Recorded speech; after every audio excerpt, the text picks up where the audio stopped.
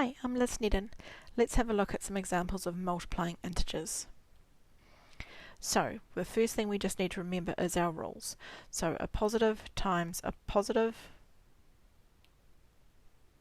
is going to give me a positive. Positive times a negative will give me a negative.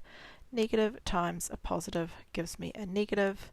And negative times a negative gives me a positive. So, using these ideas, we're going to work this problem out.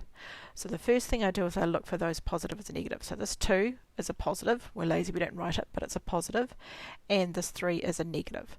So positive times a negative is going to give me a negative. Now I'm going to go through and look at the numbers. So 2 times 3 is 6. So my answer is negative 6. Now let's do the same thing here. I'm going to look first of all to see if the numbers are positive or negative. So I've got a negative times a negative. And we know negative times a negative equals a positive. So that's going to give me a positive answer. So now I need to look at the numbers. 5 times 3 is 15. And the answer is positive 15.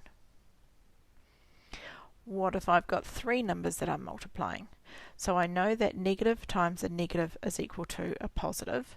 So if I take this negative here and this negative here, combine those together, that will give me a positive number. But now I need to multiply by another negative, and I know a positive times a negative is going to be equal to a negative. So that's going to give me a negative answer overall. Now look for the numbers. 5 times 3 is 15. 15 times 2 is 30. So our answer is negative 30.